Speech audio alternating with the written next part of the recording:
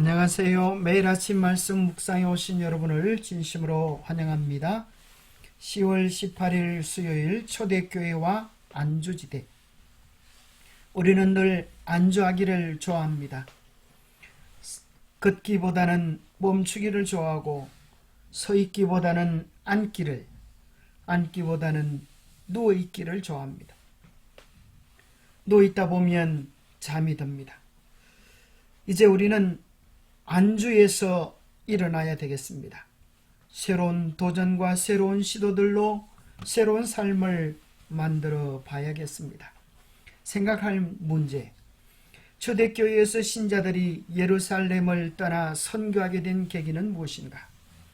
이방 선교를 위해 베드로에게 주신 환상의 내용은 무엇인가?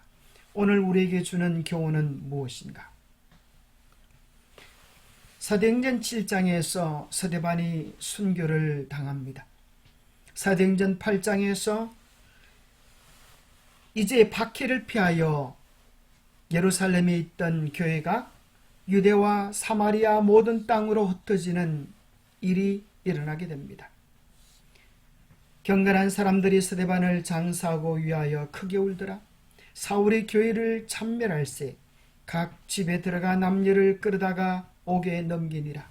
그 흩어진 사람들이 두루 다니며 복음의 말씀을 전할세. 예루살렘의 핍박을 피하여 유대와 사마리아 모든 땅으로 흩어지게 되는데 그들은 흩어지면서 귀에 닿는 대로 복음을 전거했습니다. 이전까지 초대교회는 주로 예루살렘 또는 유대 영토나 유대인들 사이에 있었습니다. 독실한 유대인이자 바리새인이었던 사울의 적극적인 개입으로 박해가 시작되자 예루살렘에 있던 교회는 유대와 사마리아 전역으로 흩어졌습니다. 예수님은 사도행전 1장 8절에서 너희는 예루살렘과 온 유대와 사마리아에서 내 증인이 되라고 말씀하셨습니다. 이 말씀은 사도행전 8장 4절에 그 흩어진 사람들이 두루 다니며 복음의 말씀을 전한 것으로 성취되었습니다. 그런데 교회가 예루살렘 밖으로 나아가기 시작한 후에도 신자들은 여전히 사고의 틀을 벗어나기가 어려웠습니다. 그것은 무엇인가 하면 유대인들에게만 복음을 전하는 것이었습니다. 이방인들은 짐승처럼 배척하고 구원받지 못할 자로 생각을 한 것입니다.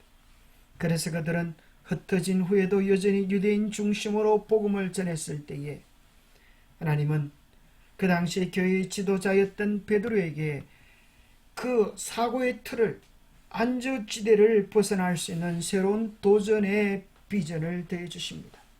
그것이 사도행전 10장에 나오는 베드로의 환상이라고 하는 것입니다. 이튿날 그들이 길을 가다가 그 성에 가까이 갔을 그때에 베드로가 기도하려고 지붕에 올라가니 그 시간은 제6시였더라. 유대 시간을 우리가 사용하는 시간으로 바꾸려고 하면 더하기 6시간을 해야 합니다. 그러면 정오가 되겠죠. 그가 시장하여 먹고자 하며 사람들이 준비할 때에 황홀한 중에 하늘이 열리며 한 그릇이 내려오는 것을 보니 그건 보자기 같고 네 귀를 메어 땅에 들이웠더라. 그 안에는 땅에 있는 각종 네 발 가진 짐승과 기는 것과 공중에 나는 것들이 있더라.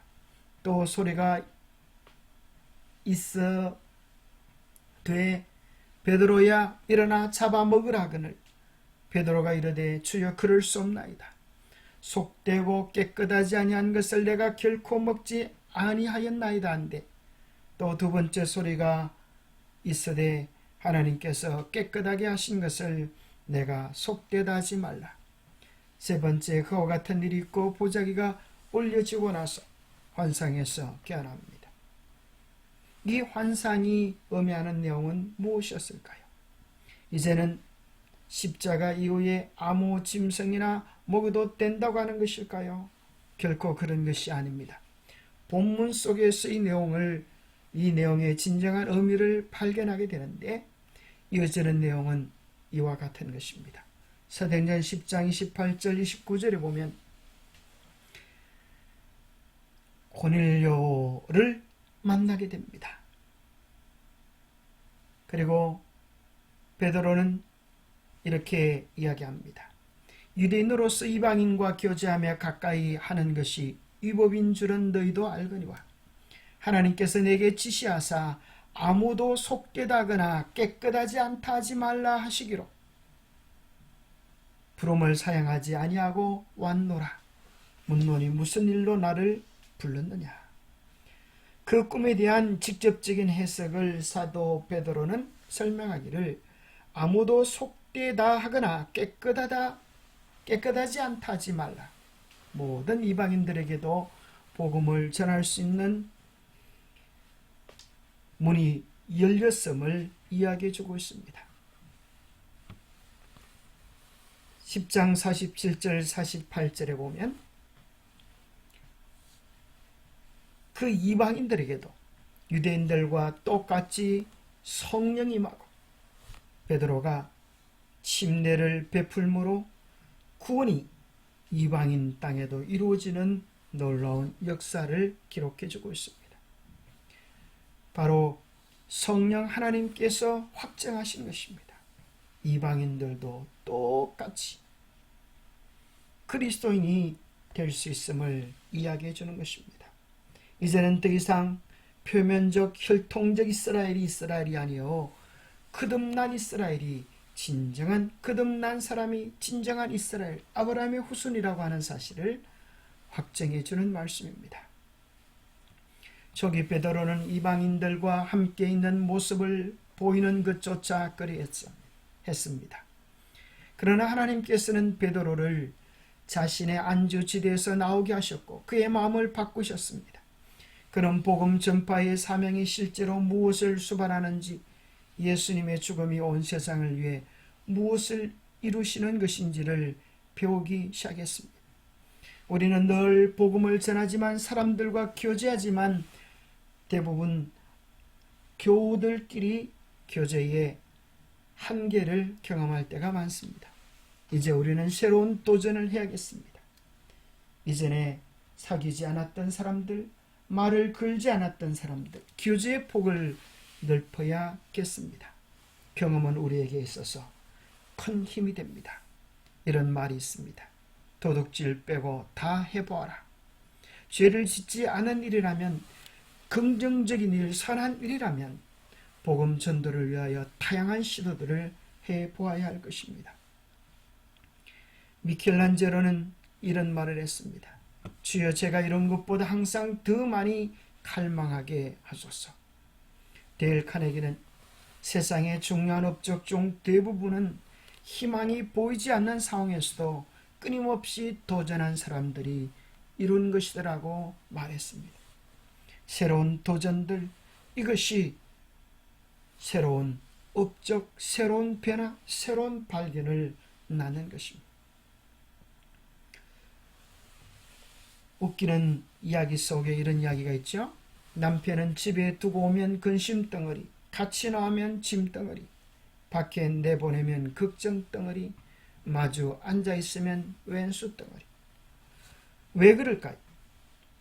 남편들이 나이가 지나면 지날수록 이 근심덩어리, 걱정덩어리가 되는 이유는 스스로 할 수 있는 일들이 별로 없기 때문입니다.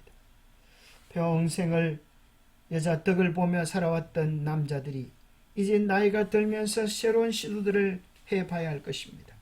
안주지대에 눌러 앉아있는 것에서 이제는 새로운 시도들을 해봐야겠습니다. 설거지를 해보기, 청소하기, 반찬도 해보기, 친절하게 말하기, 차문을 열어주기, 사랑해요, 예뻐요, 고마워요, 다정하고 친절한 말들, 예쁜 말들을 연습해보기.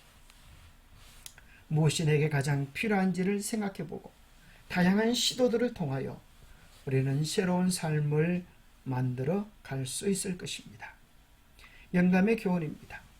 이방의 복음이 전파된 경위, 베드로는 자초지종을 밝혔다.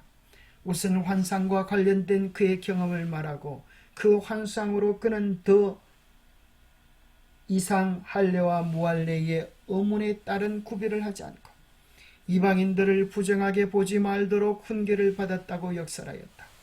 그는 이방인들에게 가라고 하신 명령, 사신들이 온갖 그가 가이사랴로 유행한 것, 그리고 고넬료를 만난 것에 대하여 그들에게 말하였다. 그는 그 백부장과의 회견 내용을 자세히 말하였다.